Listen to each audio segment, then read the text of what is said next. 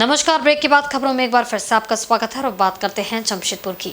जमशेदपुर के एमजीएम अस्पताल में एक घायल की मौत के बाद परिजनों ने डॉक्टरों पर लापरवाही का आरोप लगाकर जमकर हंगामा किया, जिसके बाद सुरक्षा कर्मियों ने किसी तरह मामले को शांत कराकर हंगामा करने वाले लोगों को बाहर निकाला।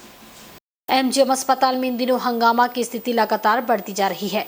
कभी होमगार्ड जवानों से परिजनों की तू मैं तो कभी मरीजों की मौत के बाद परिजनों के द्वारा हंगामा करने का सिलसिला जारी है।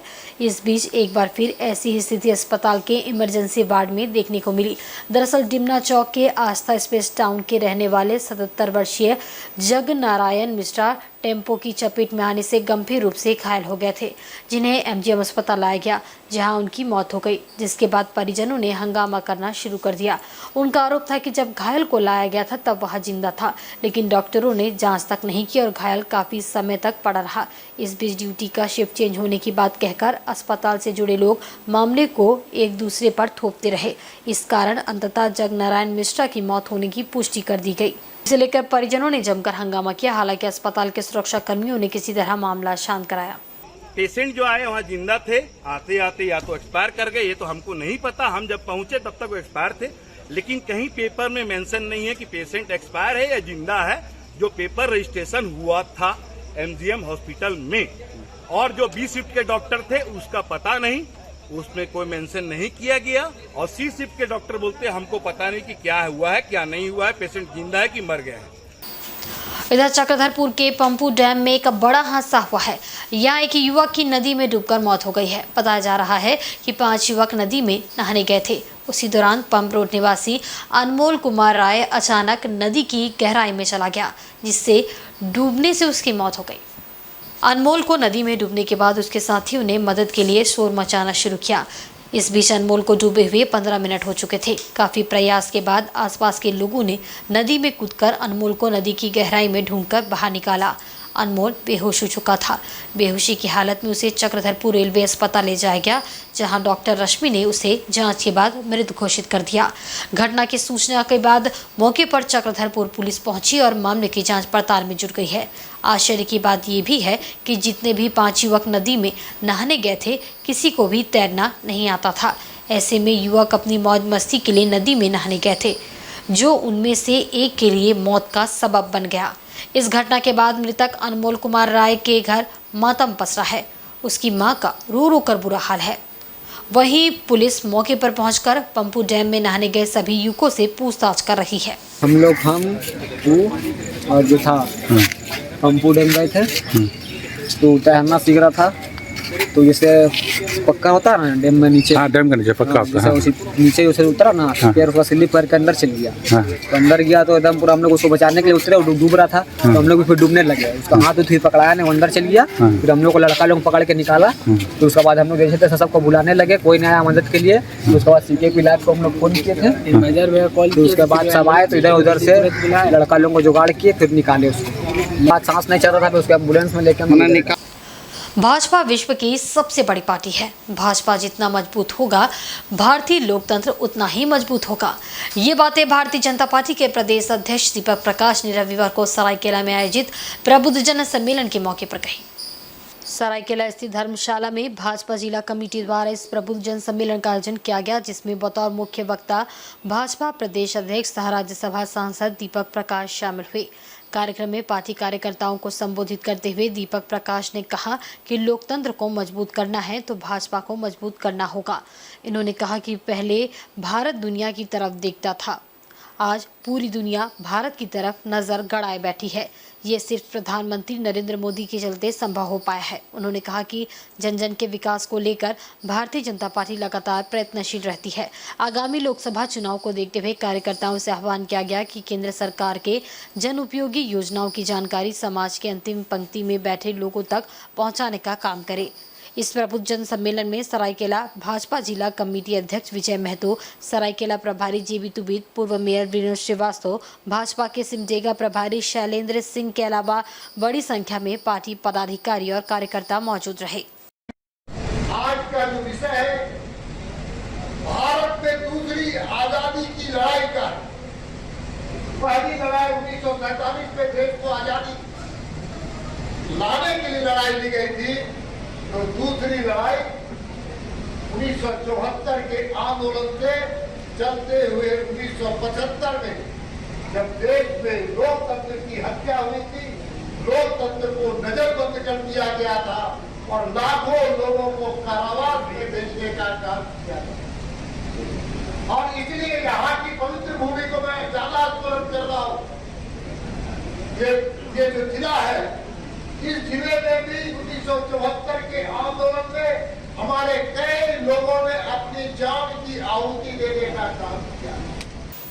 झारखंड के पूर्व उप मुख्यमंत्री एवं झारखंड मुक्ति मोर्चा के वरिष्ठ नेता स्वर्गीय सुधीर महतो की 67वीं जयंती कदमा के उलियान स्थित निर्मल भवन में बड़े ही श्रद्धा और विश्वास के साथ मनाई गई। इस मौके पर पार्टी के कई नेता व कार्यकर्ता मौजूद रहे। इस मौके पर झारखंड मुक्ति मोर्चा के वरिष्ठ नेता मोहन कर्मकार ने कहा कि स्वर्गीय सुधीर महतो का व्यक्तित्व बहुआयामी था। वह सभी धर्मों को एक साथ लेकर चलते थे। सभी के साथ उनका व्यवहार काफ़ी अच्छा रहा। हालांकि उनका कार्यकाल काफ़ी कम रहा, लेकिन वे अपने कार्यकाल में झारखंड मुक्ति मोर्चा को इस प्रदेश में स्थापित करने के लिए दिशोम गुरु शिबू सोरेन और वर्तमान मुख्यमंत्री हेमंत सोरेन की गरिमा को बढ़ाने के लिए सदैव तत्पर रहे। इस अवसर पर स्वर्गीय सुधीर महतो की पत्नी साहिचगढ़ की विधायक सविता महतो सहित कई गणमान्य लोग उपस्थित थे। सबों ने स्वर्गीय सुधीर महतो की मूर्ति पर पुष्पांजलि अर्पित कर भावभीनी श्रद्धांजलि अर्पित की।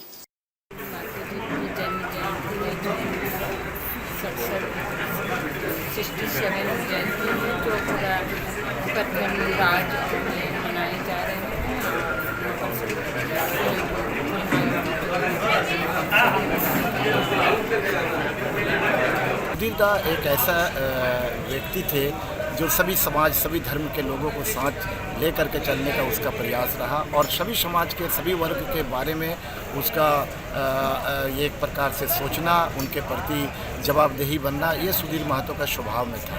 और इसके साथ साथ झारखंड मुक्ति मोर्चा को एक शक्तिशाली बनाने के लिए तमाम समुदाय के लोगों को भी इसमें जोड़ने का उनका एक प्रयास रहा और साथ में चलने का उनका प्रयास था।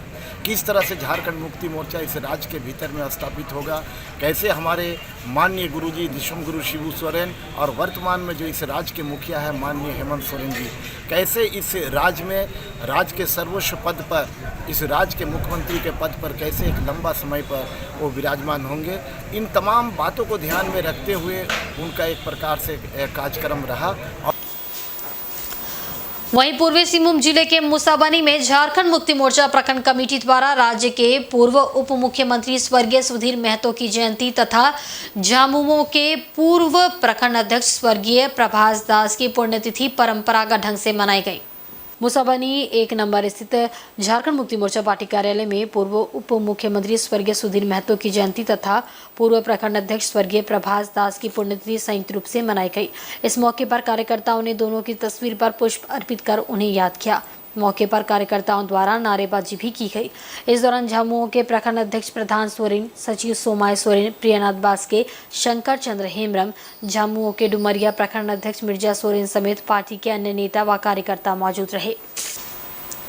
आगामी चुनाव के मद्देनजर तमाम राजनीतिक पार्टियां अपनी रणनीति बनाने में इन दिनों जुटी हुई है। इस बीच जमशेदपुर में भारतीय कम्युनिस्ट पार्टी की जिला इकाई की एक बैठक जिला कार्यालय में आयोजित की गई, जिसमें केंद्र की भाजपा सरकार को दमनकारी करार देते हुए जनता को इस सरकार से मुक्ति दिलाने का आह्वान किया गया।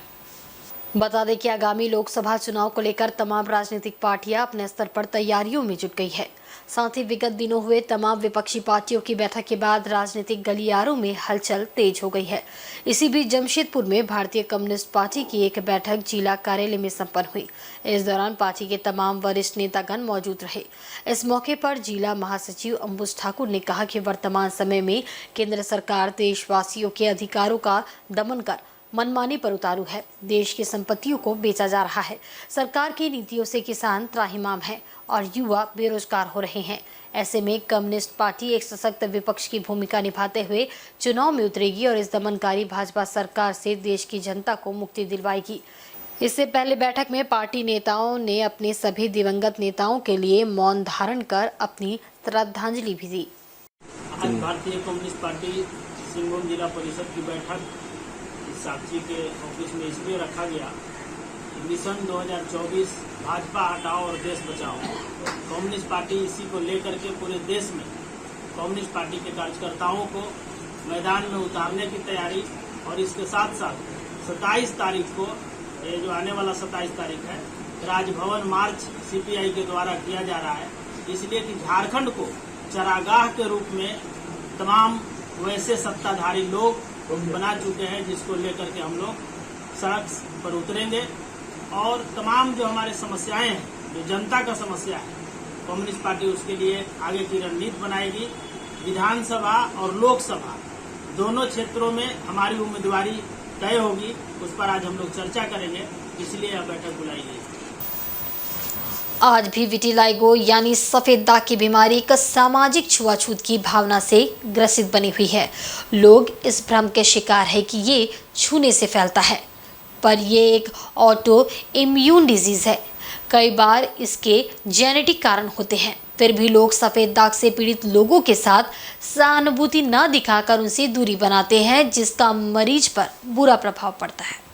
ये बातें आदित्यपुर में वर्ल्ड विटिलाइगो डे पर आयोजित कार्यक्रम में मुंबई टाटा मेमोरियल कैंसर अस्पताल से आए विशेषज्ञ डॉक्टर राजेश कुमार ने कही। कार्यक्रम का आयोजन IADBL झारखंड की ओर से किया गया, जिसमें देश और राज्य भर से डॉक्टरों और अन्य विशेषज्ञों ने भाग लिया। इसमें झारखंड के जमशेदपुर के अलावा रांची, धनबाद, हजारीबाग और अन्य जगहों के डर्मोटोलॉजिस्ट और अन्य विशेषज्ञ शामिल रहे। इनमें मुंबई के डॉक्टर राजेश कुमार, राउरकेला के डॉक्टर देवजीत, भुवनेश्वर एम्स के डॉक्टर CS सरकार और अन्य ने सफ़ेद दाग के इलाज, समाज में व्याप्त भ्रांतियों और अन्य विषयों पर अपने विचार रखे।